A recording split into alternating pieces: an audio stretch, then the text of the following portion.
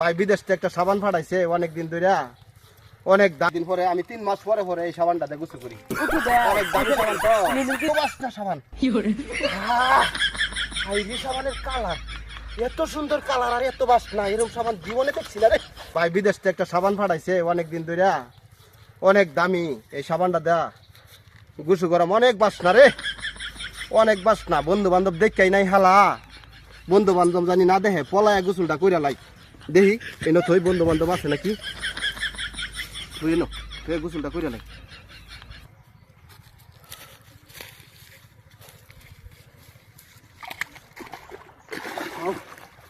আইরে আই ঠান্ডা, আইরে আই ঠান্ডা।